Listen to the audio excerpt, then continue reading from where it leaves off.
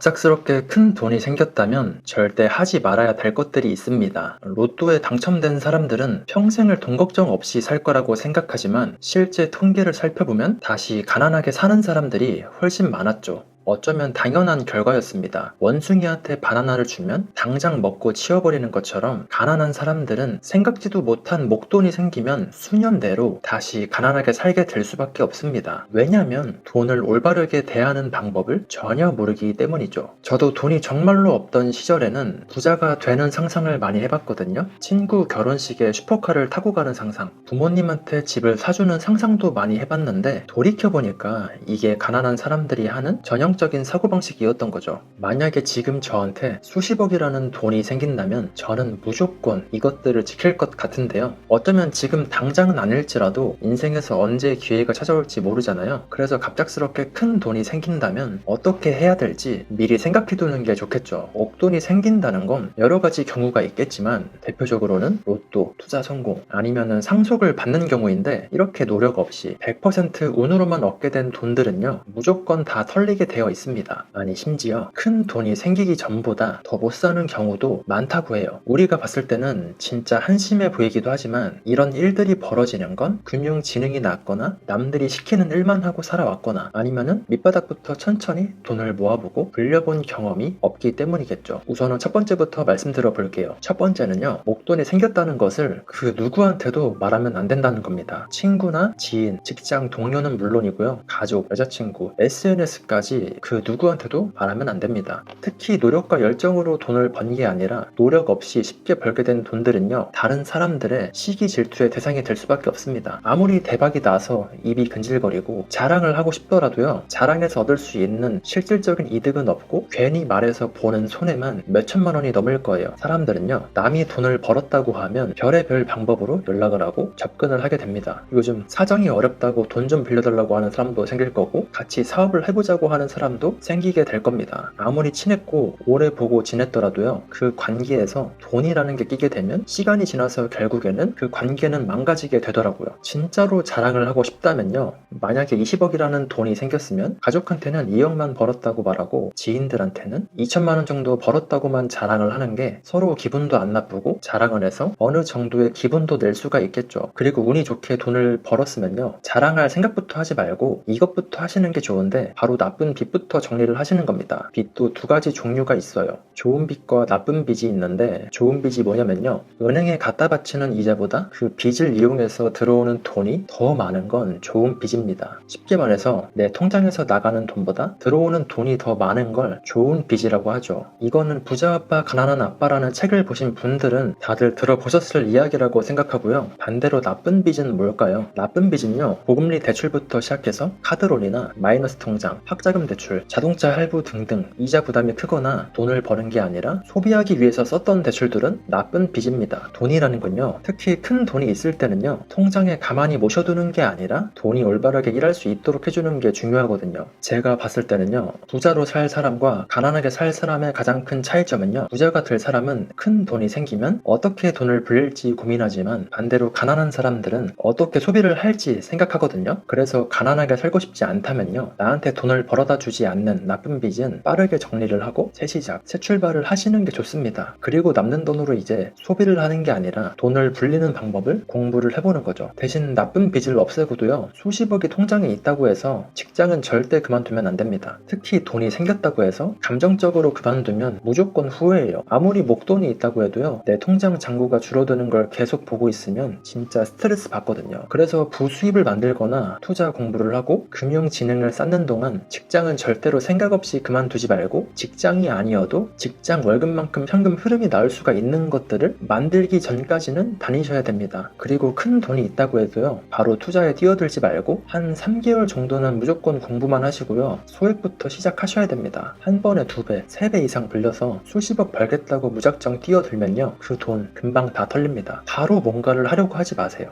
돈이 많으면 쉽게 돈을 벌 것 같지만 돈을 버는 것보다 중요한 게 지키는 거거든요. 워렌 버핏 버핏도 또 이런 말을 했었죠. 첫 번째, 돈을 잃지 말 것. 두 번째, 첫 번째 원칙을 반드시 지킬 것. 사람들이 투자를 할 때는요, 수익이 날 것만 생각을 하지만 잃었을 때도 생각을 하고 뛰어들어야 되거든요. 저도 예전에 투자로 돈을 많이 잃어봤을 때를 생각해보면요, 열심히 차트 공부도 해보고 나름대로 이것저것 찾아가면서 투자를 해서 나는 남들이랑은 다르다, 나는 똑똑하니까 여기서 2배, 3배 이상 벌 수 있을 거라고 생각하고 투자했었거든요. 그렇게 해서 처음에는 버는 것 같더니 결국에는 원금까지 다 날리게 되더라고요. 절대로 시장을 이기려고 하지 말고 적게 벌더라도 잃지 않고 꾸준하게 복리로 쌓아가는 것을 목표로 해야 돼요. 꼭 주식이나 코인이 아니더라도요, 부동산을 해도 똑같아요. 이 돈을 당장 불려야겠다는 그 충동 때문에 돈 다 털리지 말고 잃지 말고 이성적으로 판단하는 습관을 들여야 되죠. 투자 세계는요, 진짜 냉정하더라고요. 이성적인 사람들이 감정적인 사람들의 돈을 가져가는 구조거든요. 그리고 갑자기 생기는 큰 돈으로 투자를 할 때뿐만 아니라 목돈이 생겼을 때 3개월 정도는 소비를 하는 것도 상당히 보수적으로 접근하셔야 돼요. 대부분의 사람들이 큰 돈이 생기면 좋은 차를 사고 좋은 집으로 이사를 가곤 하는데, 아무리 대출 없이 현금으로 샀다고 해도요, 그 돈으로 할 수 있는 기회비용을 날리는 거거든요. 그러면 도대체 3개월 동안 아무것도 쓰지 않고 어떻게 금융 지식을 쌓는 게 좋을까요? 가장 좋은 건 자본주의와 돈을 굴리는 법에 대해서 잘 알려주는 영상이나 책부터 보시는 걸 추천드려요. 평소에 책을 한 번도 안 보시는 분들이라면요, 로버트 기요사키의 부자 아빠 가난한 아빠라는 책을 보시는 걸 추천드리고요. 이 책이 나온 지도 진짜로 한 수십 년이 됐는데 아직까지도 이 책에서 하는 조언들은요, 지금의 자본주의 시대를 살아가는데 도움이 되는 조언들이 상당히 많으니까요. 그리고 영상은요, EBS에서 다큐로 제작한 자본주의 관련 영상들이 지루하지도 않고 핵심만 잘 이야기를 해주더라고요. 이것들 말고도 좋은 책이나 영상, 강의들이 진짜 많으니까 퇴근하고 남는 시간에 게임하고 술 마시고 넷플릭스 보지 말고요, 돈을 불릴 수 있는 방법에 대해서 공부하시길 바랍니다. 그리고 돈이 생긴 걸 주변 사람들이 알게 되면 100% 돈을 빌려달라고 하는 사람들이 생기게 되는데, 친구나 가족, 친척 상관없이 진짜로 똥파리처럼 꼬일 거예요. 진짜 제일 베스트는 이런 사람들한테 돈을 벌었다고 말을 안 하는 게 제일 베스트지만, 진짜로 입이 근질거려서 말했다고 치면요, 돈을 빌려주더라도요, 안 받아도 될 정도의 금액만 빌려주세요. 그 사람들은요, 돈을 빌릴 때는 을처럼 행동하지만 빌리고 나서는 갑처럼 행동하게 될 테니까요. 그래서 돈을 안 받을 생각을 하고 돈을 빌려줬지만 나중에 그 사람이 돈을 갚으면 그냥 꽁돈이 생겼다고 하고 좋아하면 되는 거고요. 하지만 꼭 받아야 된다는 금액이라면 무조건 안 빌려주는 게 맞습니다. 제가 예전에는 지금 생각하면 적은 돈이지만 그때 당시 저한테는 정말 큰 돈이었어요. 20대 초반에 100만 원 정도를 친구한테 빌려줬던 적이 있었거든요. 근데 수개월이 지나도록 돈을 안 갚는 거예요. 그래서 그때 서로 욕도 하고 싸우고 제가 경찰에 신고하겠다고 협박도 해보고 별의별 짓을 다 해서 어떻게 돈을 받아내긴 했는데, 그 친구랑은 자연스럽게 멀어지게 됐죠. 나름 학생 때부터 7년에서 8년 정도 친하게 지냈던 친구인데 그 고작 100만 원 때문에 그 친구랑 관련된 인간관계는 모두 싹 정리가 됐어요. 진짜 그때를 생각하면 기분이 안 좋은 건 당연한 거고, 누군가한테 다시는 절대로 돈은 안 빌려줘야겠구나 라고 생각을 했고, 제 기준에서는 좋은 인생 경험했다고 생각해요. 누군가한테 돈을 빌려준다는 건요, 돈을 잃거나 그 관계가 파탄이 나거나 둘 중에 하나인 것 같아요. 그래서 어쩔 수 없이 나한테 큰 돈이 생긴 걸 주변 사람들이 알게 되면요, 안 받아도 될 정도의 작은 돈만 빌려줘야 된다는 거고요.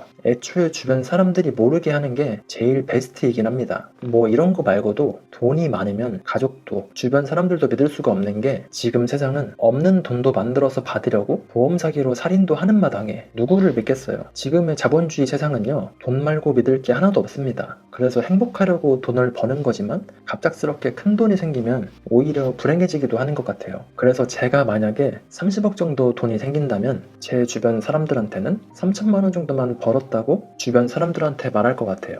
그냥 기분 좋게 밥 한번 사고 여행 한번 같이 다녀올 정도? 그 정도 금액이면 누구도 질투하지 않고 서로 좋게 웃고 지낼 수 있을 거라고 생각합니다. 그리고 제가 가장 강조를 하고 싶은 건요, 나쁜 빚을 없애고 남은 돈으로 투자를 해도 좋지만 어떻게 현금 흐름을 만들 수가 있을지 고민해보시라고 말씀드리고 싶어요. 아무리 큰 돈이 있더라도 돈이 일하지 않으면 결국에는 고갈되게 돼 있거든요. 즉, 직장도 그만두고 수입이 없는 상태로 계속해서 돈만 쓰고 다니고 투자했다가 실패까지 하면요, 돈이 있을 때보다 더 막장인 삶을 살게 될 겁니다. 현금 흐름이라는 건 여러 가지 형태가 있지만 제가 이야기하는 건 가만히 있어도 돈이 들어오는 현금 흐름을 말합니다. 대표적으로는 배당주나 부동산 월세를 받는 방법이 있죠. 만약에 30억 정도가 있으면요, 대략 월 1000만 원 정도가 배당금으로 들어오게 세팅을 할 수가 있더라고요. 30억이 아니라 현실적으로 10억만 있어도요, 월에 300만 원 정도 배당금이 들어오겠죠. 아무것도 하지 않아도 월급이 들어오는 것, 저는 이게 지금 제가 돈을 버는 목적입니다. 경제적 자유라는 게 명품을 사고 좋은 차를 살 수 있는 능력을 가지는 게 아니라 하기 싫은 일을 하지 않아도 되고 가만히 있더라도 돈이 계속 들어오는 것, 이게 제가 생각하는 경제적 자유거든요. 저는 월에 1000만 원 정도 나오는 현금 흐름을 만드는 게 목표예요. 아직 목표에 도달하려면 한참 남았지만 수단과 방법을 가리지 않고 제 시간과 돈을 갈아놓고 있습니다. 여러분은 갑작스럽게 목돈이 생긴다면 어떤 인생을 살고 싶으신가요? 인생의 정답은 없지만 선택의 책임은 본인이 져야 되죠. 그래서 오늘은요, 큰돈이 생겼을 때 하면 안 되는 행동들에 대해서 이야기해봤어요. 당연히 제가 말하는 것이 정답은 아닙니다. 그렇지만 미리 알아두고 대비해둔다면요, 적어도 후회 없이 돈을 굴릴 수 있을 거라고 생각해요. 이번에 준비한 영상은 여기까지고요. 오늘 영상이 도움이 되셨다면요, 구독과 좋아요, 댓글까지 잊지 말고 부탁드리고요. 시청해주셔서 감사합니다. 좋은 하루 보내세요.